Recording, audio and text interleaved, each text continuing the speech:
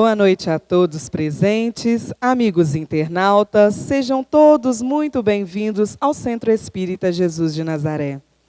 Hoje, a nossa leitura do Evangelho é na página 206, item 5, capítulo 22, questão o divórcio.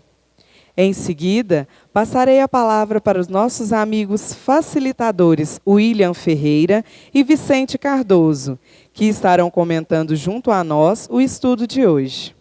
Lembrando que todos nós somos aprendizes e que a opinião de vocês é muito importante. Quem quiser dar a sua opinião ou esclarecer algo, é só levantar a mão que levaremos papel e caneta até vocês. Obrigada. Convido agora a nossa amiga Luzia para fazer a leitura do Evangelho. Obrigada.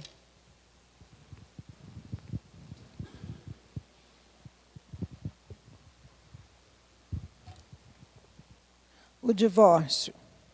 O divórcio é uma lei humana que tem por fim separar legalmente o que está separado de fato. Não é contrária à lei de Deus, uma vez que não reforma senão o que os homens fizeram, e não é aplicável senão nos casos em que não se levou em conta a lei divina. Se fosse contrária a esta lei, a própria Igreja seria forçada a considerar prevaricadores aqueles dos seus chefes que, pela sua própria autoridade, em nome da religião, em mais de uma circunstância, impuseram o divórcio. Dupla prevaricação, então, uma vez que seria só em vista de interesses temporais e não para satisfazer a lei do amor. Mas Jesus, ele mesmo, não consagrou a indissolubilidade absoluta do matrimônio. Não disse, é por causa da dureza de vosso coração que Moisés vos permitiu devolver vossas mulheres, o que significa que, desde o tempo de Moisés, a afeição mútua, não sendo o objetivo único do casamento, a separação podia tornar-se necessária. Mas acrescenta, isso não foi desde o princípio. Quer dizer que na origem da humanidade, quando os homens não estavam ainda pervertidos pelo egoísmo e pelo orgulho, e viviam segundo a lei de Deus, as uniões fundadas sobre a simpatia e não sobre a vaidade ou a ambição, não davam lugar ao repúdio. Vai mais longe e especifica o caso em que o repúdio pode ter lugar, o de adultério. Ora, o adultério não existe onde reina uma afeição recíproca sincera. Proíbe, é verdade, a todo homem de esposar a mulher repudiada, mas é preciso ter em conta os costumes e o caráter dos homens do seu tempo. A lei mosaica, nesse caso, prescrevia a lapidação, querendo abolir um uso bárbaro. Seria preciso, entretanto, uma penalidade, e achou na ignomia de que deveria imprimir a interdição de um segundo matrimônio. Era, de alguma sorte, uma lei civil, substituindo outra lei civil, mas que, com todas as leis dessa natureza, devia sofrer a prova do tempo. Boa noite a todos. Uma satisfação estar aqui com vocês para estudarmos e aprendermos juntos, né? Como diz as pessoas que nos antecederam, ninguém sabe tudo, muito menos nós, que somos constantemente estudiosos para conseguirmos aprender cada vez mais. E quero saudar também nossos internautas que participam conosco desses estudos que são tão bons e podem ser acessados por todos em vários locais. Nós estamos estudando, neste momento, o capítulo que fala o seguinte: não separeis o que Deus juntou. É o capítulo 22 do Evangelho segundo o Espiritismo. Bem interessante, porque Deus juntou muita coisa, né? Não necessariamente algumas uniões, né? Mas juntou muita coisa. De Deus vem uma série de coisas que nós conhecemos, que é a própria natureza, né? E tudo que vem de Deus realmente não faz nem sentido nós separarmos, nós modificarmos, né? Já é uma obra pronta. Então, nesse capítulo 22, existem 5 itens. O primeiro, ele nos dá conta o seguinte: textualmente, Jesus diz que se a pessoa se casou e por motivo fútil, eventualmente vai se separar, né? E dada a sociedade patriarcal, que a gente sempre viu na humanidade, antigamente era até muito mais forte, o texto bíblico fala assim, você mandar a sua mulher embora, né? Expulsar a sua mulher. Então, se você fizer isso, é como se você estivesse cometendo adultério, né? E se você se o homem se casar com uma mulher que também se separou de outro homem, também estaria cometendo adultério. Então, o texto puro, no item 1, explica isso. E Mateus, no Evangelho, fala que a exceção é quando há uma traição, né? Quando há realmente uma não continuidade de vida em comum dos dois, né? Quando há um adultério. O item 2, ele já explica melhor. Ele fala o seguinte, que o que vem de Deus realmente é imutável. Então, ele se refere sempre às coisas da natureza e às uniões entre pessoas que são realmente elencadas e vivenciadas pelo amor divino. São todas as uniões que são feitas com amor divino? Será? Acreditamos que nem todas, né? E no Evangelho dá o exemplo da própria natureza, né? Coisas que são ligadas à natureza, ligadas a Deus. A água é líquida, a água é um alimento natural, ela serve às plantas, ao reino vegetal, serve ao reino mineral, até para a hidratação dos minerais e a sua evolução com o tempo, e serve aos animais não racionais e os animais racionais também. Por exemplo, a água, mas existem outras coisas da natureza, diversas coisas, que são imutáveis. Essas coisas não se modificam. Até os alimentos que a gente fala assim, transgênicos, né? Os alimentos modificados geneticamente, eles guardam a essência divina, né? Que vem da natureza. O item 3, ele já fala o seguinte, ele sintetiza mais uma vez esses pensamentos, dizendo o seguinte, que muitos casamentos ocorrem basicamente por interesse material. Vocês já viram falar de algum casamento por interesse material? Será que existe? É o que mais tem? Muitas vezes tem, né? E às vezes o interesse material não é direto, às vezes é um interesse profissional, acaba sendo material do mesmo jeito, né? As pessoas se envolvem muito materialmente umas com as outras, aquela ligação angelical, muitas vezes a gente não vê, talvez a maior parte das vezes a gente não vê essa ligação angelical, essa ligação que a gente chama de divina, né? E é interessante porque nem sempre a gente consegue distinguir, não. Como que eu vou saber se eu, com a minha esposa, nos casamos por uma ação divina, de amor divino? Talvez eu mesmo e minha esposa não saibamos, né? Ou outra pessoa que se casou também não saiba, mas tem aquela máxima: se a pessoa eventualmente não casou naquele momento explicitamente pela questão amorosa, pela questão sentimental, pela questão espiritual, por que não continuar o casamento? dando força um para o outro a cada dia. Até porque nós sabemos bastante que o casamento ele vai se modificando com o tempo. Quem de nós casados tem as mesmas sensações, as mesmas respostas, as mesmas condições que temos com o nosso cônjuge, homem ou mulher, quando nos casamos? As coisas se modificam, é ou não é? Não é verdade? Mas aí que está. Se a gente crescer um pouco a cada dia, o outro também cresce. Algumas coisas a gente não gosta mais, o outro também não.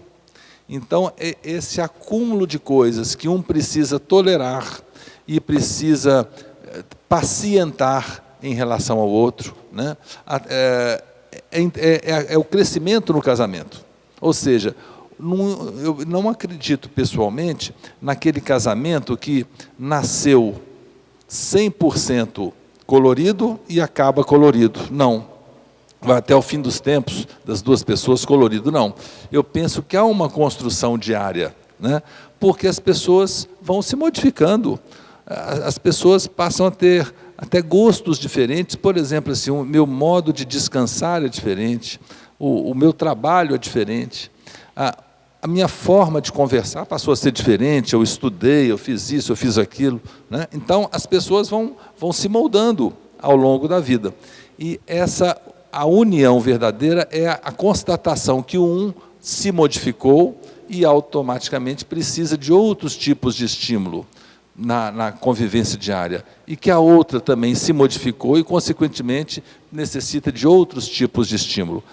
Penso eu que essa construção diária tende a dar mais certo do que aquela verdade antiga. Olha, casou, vai ser sempre daquele jeito e vai ser bom porque casou sob as bênçãos de Deus, né? Então, as bênçãos de Deus são diárias e elas ocorrem até por intermédio dos próprios marido e mulher, né? O capítulo 3 nos dá conta disso. O capítulo 4, eu estou fazendo essa retrospectiva para o tema de hoje, que é divórcio, para quando o Vicente entrar, a gente ter esse resgate do que foi visto semana passada. O capítulo 4, por exemplo, pergunta: será que nós devemos, então, se a lei de Deus, que é a mais importante, nós devemos abolir essa lei civil, que é diferente em cada país, né? E tem países, por exemplo, que o homem pode desposar 7 mulheres, né? Se ele tiver condição de sustentar a 7, né, ele pode até 7 mulheres. Tem países, e a maior parte dos países, é um só cônjuge, um só homem e uma só mulher, como é o caso do Brasil, né? De um modo geral, todos os países ocidentais são monogâmicos, né? Só um esposo, só uma esposa. O capítulo 4 fala assim: então, se isso não funciona tão bem assim, igual à lei de Deus, por que nós não abolimos, então, essa questão social, civil, e ficamos só com a lei de Deus? Na verdade, o Evangelho também nos explica que, nesse capítulo 4, que nós precisamos de dispositivos de organização social. Você já pensou se nós, ao invés de estivéssemos estudando aqui agora, nós estivéssemos na rua, na chuva, com barulho, sem atenção, sem uma condição de concentração, né? Precisamos dessa organização para fazer o estudo, né?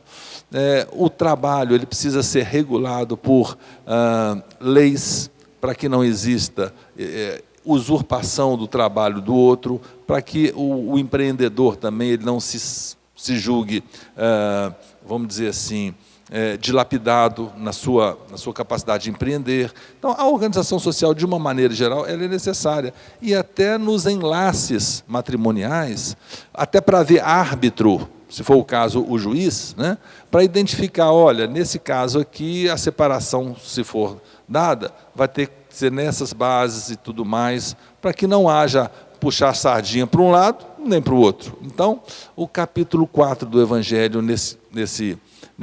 o item 4, no capítulo 22, conclui dizendo o seguinte: são necessários, sim, os dispositivos legais, civis. Só que o seguinte, eles sozinhos, eles não adiantam. Sem aquela busca do coração de fazer a cada dia, de fazer diariamente o casamento dar certo, a união dar certo. Quando eu falo união, porque necessariamente nós vivemos numa sociedade que necessariamente as pessoas são casadas, vivem juntas, são felizes, às vezes nem tanto, mas estão casadas, moram juntos, dormem juntas, compartilham renda de um, renda de outro, têm filhos e não são casados no civil. É um tipo de casamento também, não necessariamente só o casamento civil é o casamento aceito, né? Por Deus, o casamento aceito é aquele feito sob a alegria e a vontade divina, né? A gente percebe que muitas religiões, até a forma de se casar é um pouco diferente. A forma de fazer união, no caso dos evangélicos, é uma, católicos, espíritas, né? São todas complementares e, na minha opinião, são todas válidas. O que a gente precisa preocupar é menos com a forma e mais com o conteúdo. Ou seja, eu estou casando para ser feliz? Eu estou casando consciente que amanhã pode ser que eu goste de coisas, situações que eu não goste hoje, porque eu vou evoluir, as pessoas são mutáveis.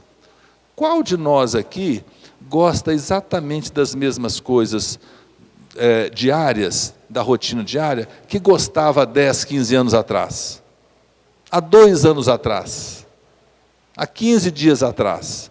Nós modificamos diariamente, nós não percebemos, porque de um dia para o outro a gente usa pouco a percepção, mas se passar alguns meses, anos, a gente percebe, olha, eu já não uso mais chapéu, eu já não gosto daquele tipo de automóvel, eu já faço mais caminhada que eu fazia antes, eu já não como determinado tipo de comida. As pessoas vão se modificando, né? Tudo é modificável, e que bom que tudo muda. Já pensou se fosse tudo igual, né? Até as coisas inanimadas, com o tempo, elas se modificam, pela ação do tempo, pelas intempéries, né? Então, essas modificações, que são evoluções e fazem parte da vida, ocorrem também nas uniões, né? E a gente tem que constatar isso, porque às vezes a gente se pega falando assim, mas espera aí, você não era assim? E a gente recebe também como resposta, e você era assim? Não é verdade? Às vezes, quando a gente acusa, às vezes a gente pode estar cometendo coisas muito piores até. Acontece conosco. Então, a gente sempre sugere algumas frases para evitar excesso de discórdias, né? É assim, ó, me desculpe, eu errei, me desculpem. Foi uma falha, eu não percebi, não foi por querer, não foi com a intenção de ser mal, mas eu fiz, assumo, queria que você me desculpasse. O homem para a mulher para o homem. Eu penso que isso não desmerece a gente pedir desculpa e aceitar que a gente errou, né? Evitar determinadas palavras. Eu estava conversando com o Vicente, um pouco antes, né, Vicente?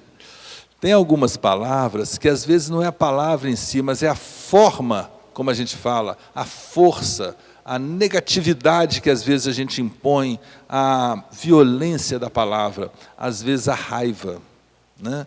Então, nós temos que evitar. Então, independentemente da emoção, mas, por exemplo, os palavrões, a gente pode evitar. Se a gente evitar palavrões, a gente, no mínimo, não vai dar mau exemplo, né? E o exemplo, gente, arrasta mesmo. Tudo que a gente vê o outro fazendo, repetidamente, a gente acaba fazendo também, mesmo que a gente não concorde. Eu trabalho numa empresa há muitos anos, eu percebo que, às vezes, alguns colegas que reclamavam de um chefe autoritário, e, às vezes, essa pessoa que reclamava do chefe vira chefe também, vira igualzinho o anterior. Aquele que ele detestava, que ele repreendia as ações, que ele criticava, ele é igualzinho, às vezes piorado. Então, tudo que a gente vê repetidamente, a gente tende a reproduzir. Então, palavrões, excessos, negatividades.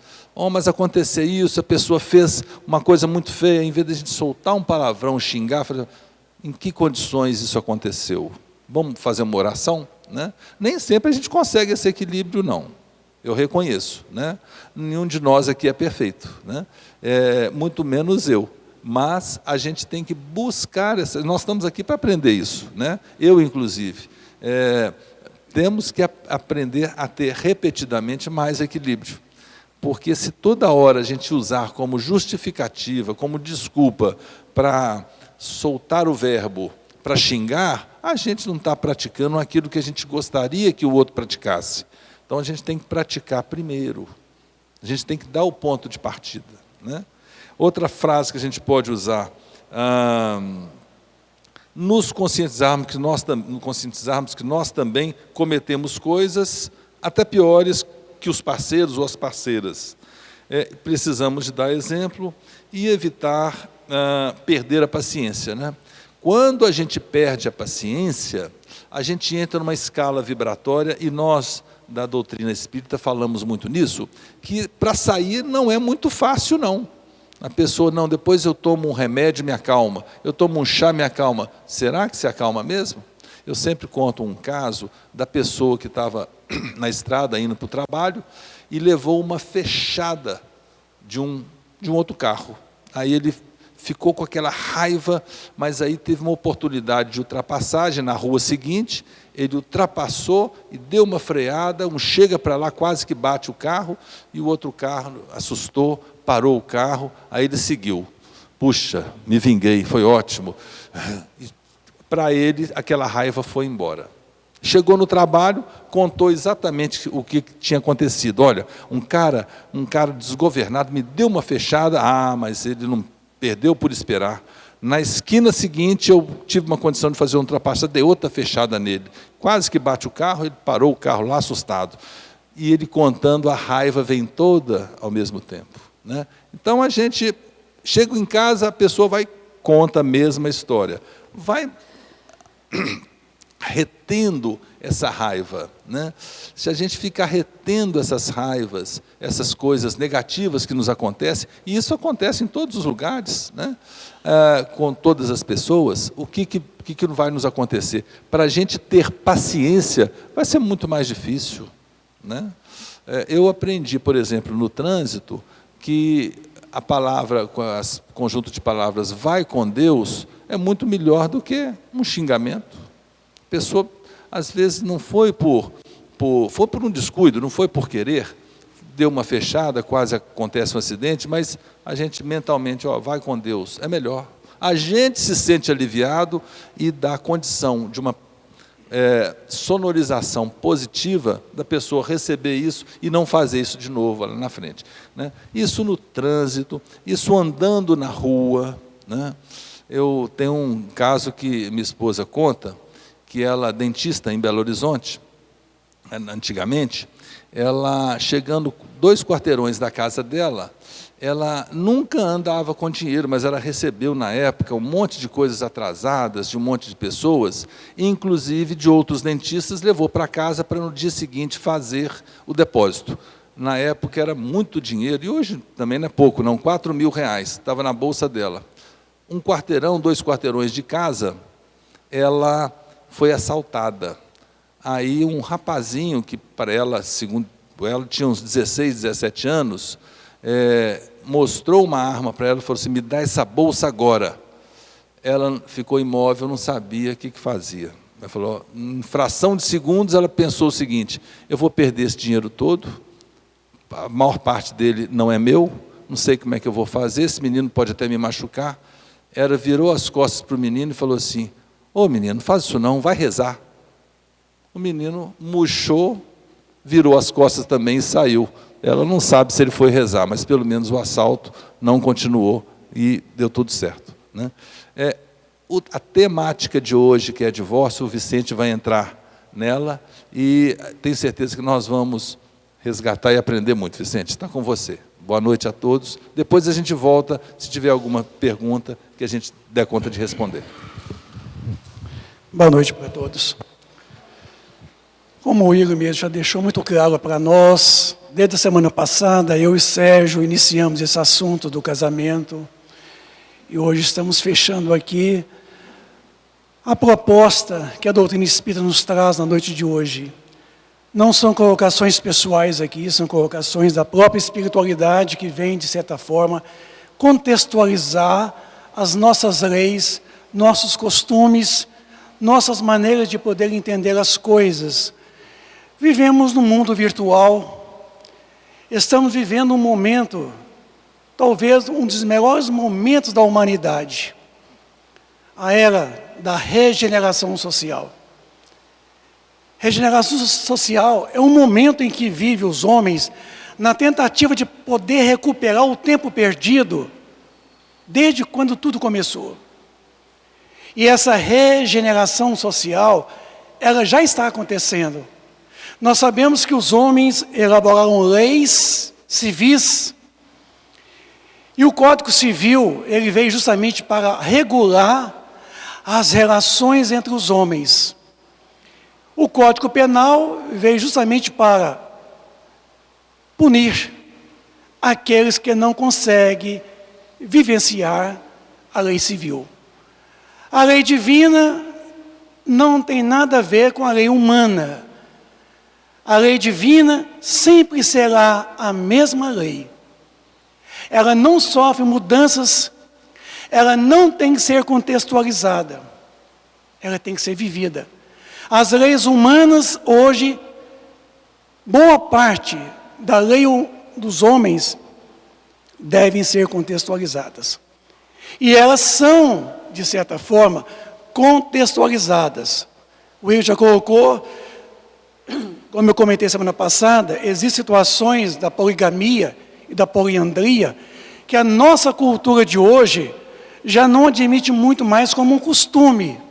Mas esses costumes ainda existem em países onde, para eles é comum um homem ter várias mulheres, várias esposas, como também a mulher ter vários maridos, o que não é admissível numa sociedade como a nossa, uma sociedade que tem uma lei civil que regula essas relações. Às vezes o casamento nosso está numa situação assim, ó, é como um semáforo, o sinal de trânsito. Você tem o vermelho, o amarelo e o verde. Às vezes o casamento, ele está naquela situação do sinal verde. Então quer dizer, vai tranquilo, pode passar. Mas às vezes tem casamentos que estão justamente na situação do amarelo. Amarelo é pare. Quer dizer, está nos advertindo, desacelera e pare. Mas tem casamento que não pode passar do amarelo, e muitos passam, e vai para o vermelho. Então, muitos casamentos estão na situação do amarelo para o vermelho. Para isso, é preciso entender de que as uniões esponsalícias não são ao acaso. Não são ao acaso. São uniões planejadas, muito bem planejadas. São compromissos que nós assumimos com o cônjuge para uma existência terrena, para uma troca em comum. Então não são situações fortuitas. Ah, bati o olho nela, gostei. Bati o olho nele, gostei.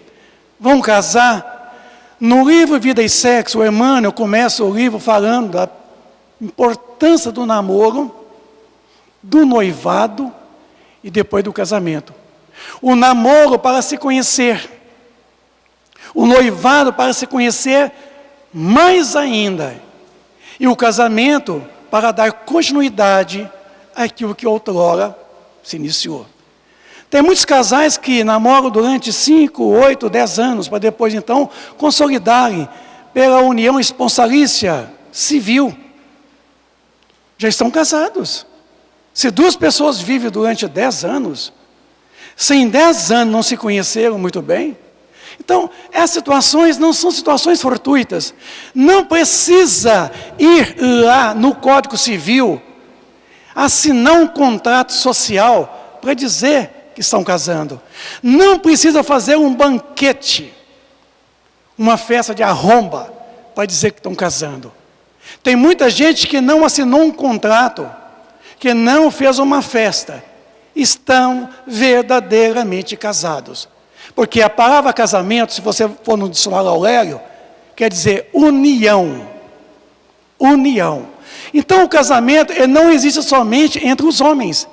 O casamento existe até entre os átomos, as moléculas, os corpos, os astros se casam. Exemplo, o elétron, que é uma partícula do átomo, ele gira em torno de uma partícula contrária, um próton. E ambos casam-se. Então esse casamento não é um sinônimo somente de ligações puramente humanas. É algo que existe em toda a natureza. Foi por isso que foi dito logo no início desse capítulo, o que Deus une, não é a lei dos homens que vai separar.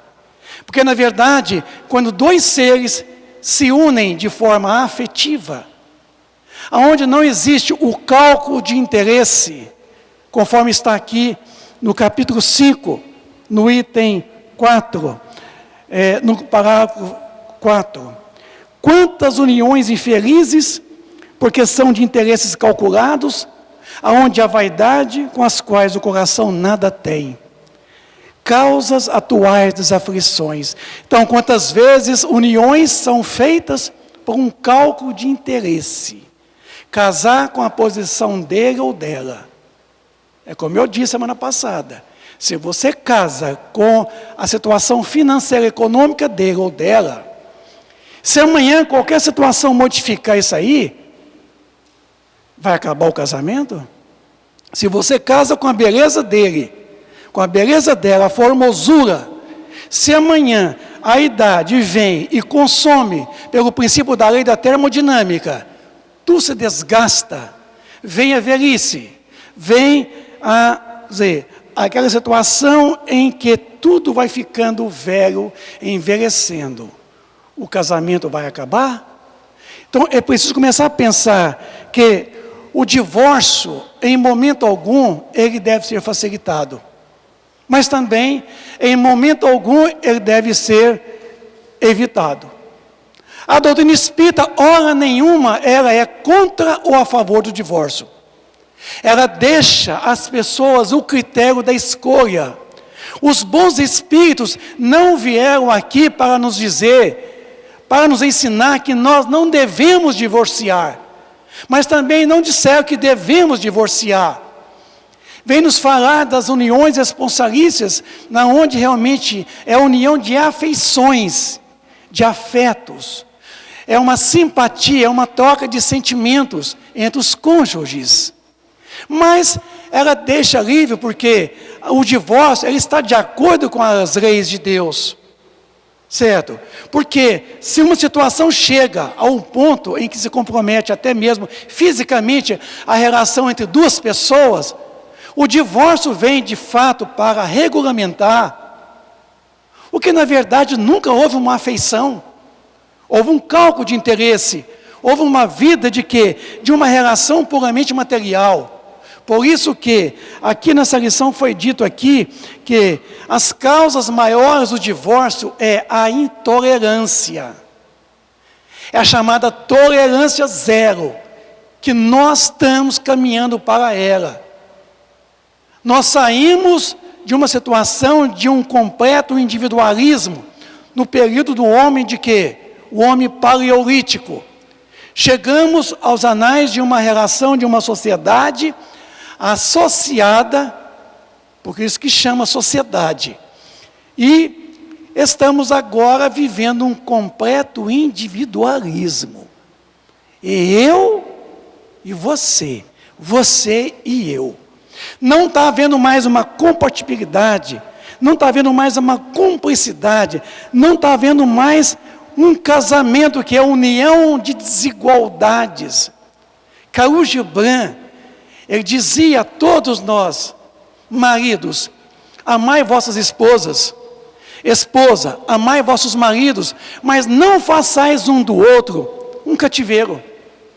Dai de beber da mesma bebida, mas não bebais na mesma taça. Dai de comer do mesmo pão, mas não comais o mesmo pedaço. Sejais como as cordas da lira, que embora separadas, vibrem numa completa harmonia. Khalil Gibran, quando ele fala em harmonia dos casais, ele está dizendo no respeito à individualidade um do outro. Quando duas pessoas se casam, elas não são parentes. Não são parentes. Quando no início da lição aqui de semana passada disseram que o homem deixará seus pais e unirá a mulher, a esposa, e será uma só carne. Ele está dizendo o seguinte, que quando na lei divina a gente se predispõe a unir ao outro, não é a união de interesses puramente materiais. Porque se existe alguma coisa que está acabando com os casamentos, chama-se materialismo exacerbado. Na onde o egoísmo toma conta de todos nós. O meu carro, a minha esposa, o meu marido, a minha casa, meu celular, tudo é meu. É tudo na primeira pessoa. E na primeira pessoa, gente, não dá certo na relação com o outro. Na relação com o outro, temos que ter também a segunda pessoa. Por isso que Khalil Gibran nos alerta, maridos e esposas, não os façais um do outro uma prisão, um cativeiro. A minha esposa, o meu marido, mas respeite a individualidade dele, respeito a liberdade de escolha dele. E é isso que nos atrapalha. Quantos casamentos terminam porque um não respeita a condição do outro. Esse machismo hoje já está muito rarefeito. Muito rarefeito. Os homens de hoje, eu vejo, não são mais aqueles homens machões de ontem.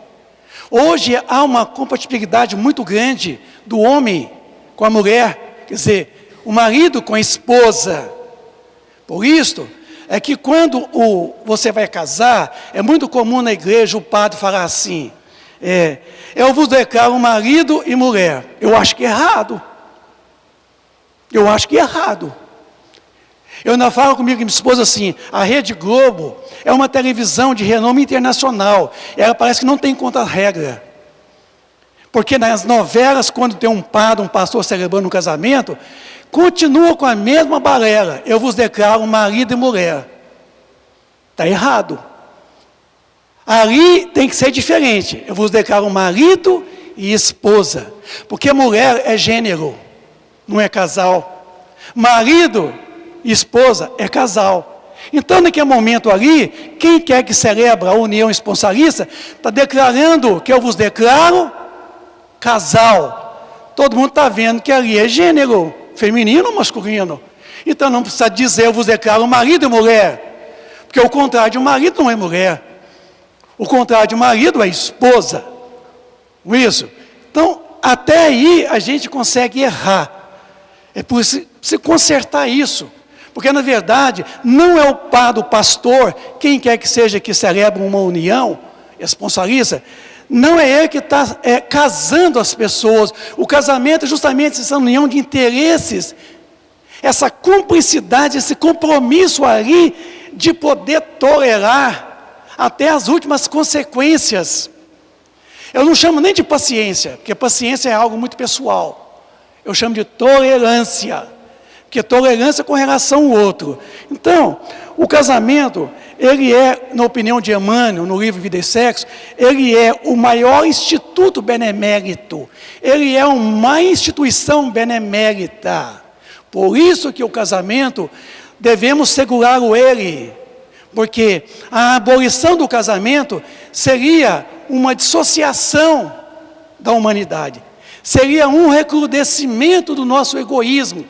Seria voltar aos tempos da caverna, do completo individualismo. Mas o divórcio, ele vem realmente para regulamentar o que nunca esteve unido. Então, a lei humana é uma lei que se baseia em costumes, jurisprudências, digamos assim, em culturas, em maneiras de viver, relacionar. Quando se aplica a lei humana, é quando a lei divina já foi esquecida, já foi abandonada. Por isso que a lei humana entra E ela veio justamente para regular, não precisaria das leis humanas, não precisaria, se nós soubéssemos vivenciar as leis divinas. Esse terceiro livro dos 4 livros do livro dos Espíritos, que são as leis morais, nós temos aqui leis que regulam uma sociedade. Nós temos lei de sociedade, nós temos lei de igualdade, lei de liberdade, lei de trabalho, lei de quê? De reprodução, que regula. Lei e mais leis, que vem trazer essa situação de regular as relações humanas. O dia que nós sentarmos para estudar esse terceiro livro, dos 4 livros inseridos no livro dos Espíritos, que são as leis morais, nós vamos poder entender muito bem a política, a vida em sociedade, porque nós ainda não aprendemos ainda as leis divinas. E as leis humanas, elas vêm sempre para regular as relações de um interesse puramente material. Assim, meus irmãos, o divórcio, ele fica ao nosso critério. A liberdade da escolha é nossa. Por isso que a doutrina espírita, ela não proíbe, mas ela também não favorece. Por isso que eu, Vicente, pessoalmente, jamais diria a qualquer um de vocês que viesse a mim, me confidenciando uma relação do próprio casal, e me pedisse a minha opinião, eu jamais diria a qualquer um de vocês que neste caso deveria separar. Que eu jamais diria isso. E se alguém está dizendo isso para você, dentro de uma casa espírita, ignore. Porque isso não é opinião dos espíritos, é pessoal. Nós não podemos entrarmos em situações de decidir pelos outros o que cabe e o que deve os outros decidirem. A situação de um casamento é muito pessoal. O divórcio também é muito pessoal. Então fique ao critério de quem quer que seja a decisão de um divórcio, de uma separação e de uma união esponsalícia. A doutrina espírita, hora nenhuma, ela diga não. A doutrina espírita, ela nos mostra como comportar diante um do outro. Ela tem muita coisa para nos ensinar com relação ao casamento. Se fala muito pouco na casa espírita desses assuntos. Casamento, vida em família, vida em sociedade. Precisaria falar mais, porque há nuances no casamento que deve ser trabalhado com vocês, com todos nós. Porque há muitas informações com relação à vida de relação conjugal, relação interpessoal no casamento. Vocês devem cobrar da direção das casas espíritas, trabalhar mais esses assuntos com vocês, em forma de palestras, de seminários, onde vocês têm a oportunidade de poder fazer uma participação, uma parceria, e uma relação de perguntas e respostas, porque a literatura espírita ela é vastíssima com relação à questão do casamento, à relação da questão do divórcio. Então, fique aí sabendo que na pergunta 766, perguntou se a vida social está em a natureza. Disseram eles que o homem foi criado para viver em sociedade. Em sociedade. E a família é a primeira e a maior de todas as instituições na face da terra. E ali, às vezes, na família, é imperioso que haja o casamento. O casamento. A união de 2 pessoas que, na verdade, não eram parentes. Que a partir de então passa a ser uma só carne, que são os próprios filhos. Decorrente dessa união física, mas não termina pelos gametas, os 23 cromossomas de um e do outro. Continua a relação do amor, da troca de simpatia, da relação harmoniosa entre os casais, para que os filhos vivem num ambiente de paz, de harmonia e possam aprender com seus pais a vida em sociedade lá fora. Porque eu termino dizendo, Khalil Gibran já dizia, vossos filhos não são vossos filhos, são filhos da ânsia da vida em si mesma. Vêm através de vós, mas não de vós, embora vivem convosco. Não vos pertencem. Pais são como arcos, filhos são como flechas. Quanto mais se curva um arco, mais longe se arremessa uma flecha. Ele termina, pais, arcos vivos que são, curvai-vos e arremessais vossos filhos rumo à eternidade. Eu complemento, como homens de bem. Este é o meu papel, é o papel de vocês, pai, mãe, pais. Fazer com que os nossos filhos, a quem Deus confiou a tutela, a nossa missão de o fazê-los homens de bem e projetá-los na vida. Para isso o casamento tem essa importância, porque o divórcio às vezes é muito bom para ele, é muito bom para ela, mas para os filhos não existe uma situação pior. Eu trabalhei por 2 mandatos no Conselho Tutelar em Divinópolis, durante 6 anos. O que eu mais ouvi de criança de 3 anos de idade, dizer para mim, moço, a coisa que eu mais gostaria de ver é o papai e a mamãe vivendo junto. Porque o conceito tutelar é justamente o gargalo de um funil, aonde os problemas sociais relacionados com as crianças e adolescentes em situação de risco pessoal e social chegam. Moço, o que eu mais gostaria de ver meu pai e minha mãe juntos. Ah, meus amigos, o estrago é muito grande. Os nossos filhos não encontrarão outro pai, outra mãe. O marido, quer dizer, ele acha uma outra mulher, outra esposa. A esposa não acha um outro marido. Mas os filhos não acham outros pais. Então, pense muito na hora de ceifar, de quebrar esse liame afetivo, que na verdade não existia. Mas esse liame de interesses calculistas, provisório, que eu chamo pessoalmente de acasalamento. Casamento é algo permanente, definitivo e duradouro. Ele não termina com picuinhas. Obrigado.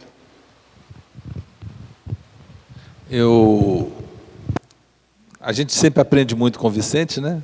E concordo com tudo que ele falou. Eu penso mesmo que a gente até combinou antes da gente, na nossa fala, a gente não colocar culpa nas costas das pessoas. Ou seja, a pessoa eventualmente aqui, muitas pessoas aqui se separaram, né? Não é por isso que são menores, não é por isso que são impacientes e não tolerantes. Existem situações, como o próprio Evangelho fala, que é o livre-arbítrio da própria pessoa.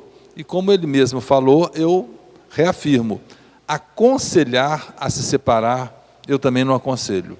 A gente tem que praticar a tolerância, porque falar para o outro, seja tolerante, é muito simples, né, Vicente? Agora, seja tolerante, nem sempre é fácil. Gente, eu vou falar para vocês uma realidade. Pessoal, casamento, não acho que seja uma tarefa também fácil, não. Eu não sei se tem coisas fáceis no mundo, mas casamento também tem suas intempéries, né? Às vezes a gente pensa assim, será que o outro não está enxergando isso? Será que o outro não está enxergando aquilo? E a gente? A gente nunca aponta para a gente, né? Então, eu penso que a gente tem que tirar as culpas das costas, porque muitos já se casaram, se separaram e são felizes hoje, né? Mas sempre lembrar, olha, eu tenho que modificar alguma coisa em mim, sim. Não adianta eu querer que a minha vida seja diferente se eu continuar agindo igual. Olha, se eu quero que as coisas sejam diferentes, sejam melhores, eu também tenho que ser diferente, tenho que ser melhor. Aí eu tenho que buscar ajuda, se for o caso, com um psicoterapeuta, com um psicólogo, com a pessoa amada. O que eu estou fazendo de errado na sua visão? Porque tem a visão de um e a visão do outro, né? Então a gente tem que dar o braço a torcer mesmo, porque dono da verdade nenhum de nós somos, né? Veja que Jesus, em tantas passagens, provocado, que era sempre pelos fariseus, ele sempre fazia questão de não ser dono da verdade. Às vezes, são tantas passagens, ele sempre foi provocado, são tantas passagens. Eu me lembro de uma que ele foi almoçar na casa de alguns fariseus. E ele falou assim: eu vou nesse ambiente. Mas, mestre, o senhor vai? Eles vão mais uma vez te provocar. Eu vou. E com a mesa toda pronta, depois de muitas palestras que ele tinha feito, ele chegou para comer e já estava tudo preparado. O fariseu, dono da casa, falou assim: que interessante, o mestre não lava as mãos para comer. Todas as pessoas lavam, o mestre não lava. Jesus poderia simplesmente virar e falar assim: olha, que bom que você me lembrou, eu, na fome que eu estava, na pressa e sem querer atrasar vocês, me desculpe, mas eu posso lavar a mão agora. Mas ele preferiu falar o seguinte, sempre usava situações para o bem e para dar exemplo, né? Falei assim: olha, pode ser que as minhas mãos não estejam tão limpas, mas interiormente podem ter certeza que as minhas intenções são as melhores. Eu queria saber se vocês podem falar a mesma coisa. As mãos de vocês estão limpas. Como é que estão vocês por dentro, né? E, segundo fala nos relatos bíblicos, Jesus era muito severo, eu sempre falo isso aqui, ele até usou a palavra hipócritas, né? Mas é uma questão de tradução, pode ser que ele não tenha sido tão severo na hora de falar. O certo é o seguinte: a gente tem que buscar o equilíbrio no dia a dia com a nossa esposa, com o nosso marido. E o Vicente tocou num assunto extremamente pertinente, os filhos. Então, quer dizer que o marido e a esposa têm que se sacrificarem por causa dos filhos? Em muitos momentos, talvez na maior parte dos momentos, sim. Se todo for impossível, o Evangelho fala, não, aí o divórcio, se for o caso, né? Mas, assim, vamos pensar também nos filhos. Não assim, eu não gosto mais dele, eu não gosto mais dela, pronto, acabou. Espera aí. Vamos pensar também nos filhos, já que eles estão aí, e eles não foram feitos como Jesus, pela graça do Divino Espírito Santo, né? Foram pela união de duas pessoas. Vamos pensar nele. Nós construímos essa vida, fomos assim agraciados para trazê-los. Então a gente tem muita responsabilidade sobre o cuidado deles. E a gente sempre fala que filho não é até os 7 anos, não é até os 12 anos, não é até os 25, é o resto da vida, é a vida inteira. E que bom que é assim, né? Já pensou se a gente criasse, depois a pessoa nem nos conhecesse mais, falasse, ó, eu já tenho 25 anos, eu nem te conheço mais, você para um lado, eu vou para o outro. Não, os filhos são filhos por toda a vida. E a gente somos pais e mães por toda a vida. Quando a gente, falando em divórcio, tem a graça de acontecer que um homem divorciado, separado, casa com uma outra pessoa que também divorciada, separada, ou viúvos que sejam, e os filhos se gostam, é uma união não só dos pais, mas também dos filhos. Quer dizer, é um crescente de família. Estava comentando para o Vicente antes da família da minha esposa, o avô dela casou-se 3 vezes, né? A minha sogra perdeu a mãe com 19 anos. Então, rapidamente, até para ajudar a criar, ele casou-se, alguns poucos anos depois, casou-se com uma outra mulher. Casou-se e teve 3 filhos, né? E viveram bem, mas com o passar do tempo, a esposa também, por algum mal que eu também não sei, veio a falecer. E ele ficou um tempo cuidando dos filhos todos. Na época tinha empregado, era gente que mexia com fazenda, mas falou assim, eu tenho que casar de novo. Casou-se pela 3ª vez, né? E foi essa terceira esposa dele que criou a minha sogra aqui, né? E aí, ele depois de 3 casamentos, né, ficou viúvo, ele acabou falecendo e recentemente morreu essa terceira esposa dele. E o incrível que pareça, como que as 3 famílias são unidas. Eu contava para o Vicente que às vezes eu tenho que ir em Lagoa da Prata para levar uns para reverem os outros. Eu falo, poxa, muito tempo que você não vem aqui, pede alguém para te trazer. As famílias são unidas. Não necessariamente uma dissolução, por qualquer motivo que seja, vai causar problemas maiores. Se a eventual separação, que a gente não aconselha, deixando sempre claro, mas se ela for feita consciente, também com um bom coração, pode ser que até una mais algumas famílias do que eventualmente a gente vê, diferente do que eventualmente a gente vê. A gente tem algumas perguntas aqui, mas o tempo está acabando. Eu vou tentar responder uma só aqui, pelo menos uma, que é a seguinte, que é muito atual. Minha esposa é independente, trabalha, ganha seu dinheiro, mas vive o dia todo e boa parte da noite, quando estamos juntos, no Zap Zap. Eu já conversei com ela, mas como ela é independente financeiramente, acha que pode tudo. Já pensamos em nos separar, mas tem muita coisa em jogo, inclusive filhos. Não sei como que eu posso conduzir essa situação. Isso é um assunto presente, não é, pessoal? Não é verdade? Em muitas famílias. Às vezes a gente vê 4 pessoas sentadas à mesa, os 4, cada um com o seu celular, as pessoas não se entreolham, só olham para a tela do celular, né? E as pessoas não compartilham, não convivem. Nós temos que pensar em equilíbrio. Eu penso que a tecnologia faz parte do mundo atual, mas o excesso pode danificar nossas relações. Se a gente não mexer com o celular de jeito nenhum também não vou responder mensagem nenhuma, não gosto, só vou conversar pessoalmente. Se não for para conversar pessoalmente, também não vou conversar, aí também a pessoa está sendo radical. O mundo de hoje impõe uma comunicatividade, uma interligação à distância. Eu tenho um filho que mora no exterior, está estudando. Você já pensou se eu não tivesse condição de falar com ele?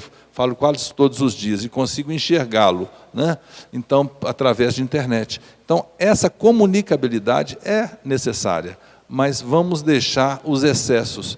Aí a gente tem que dar o braço a torcer, como eu tinha falado. Olha, eu estou cometendo algum excesso, eu vou tirar uma parte do tempo para não ficar com o celular e ficar com a minha família. Descobrir da minha família mais motivos do que o celular me dá. Ficar mais motivado com a família do que com o celular.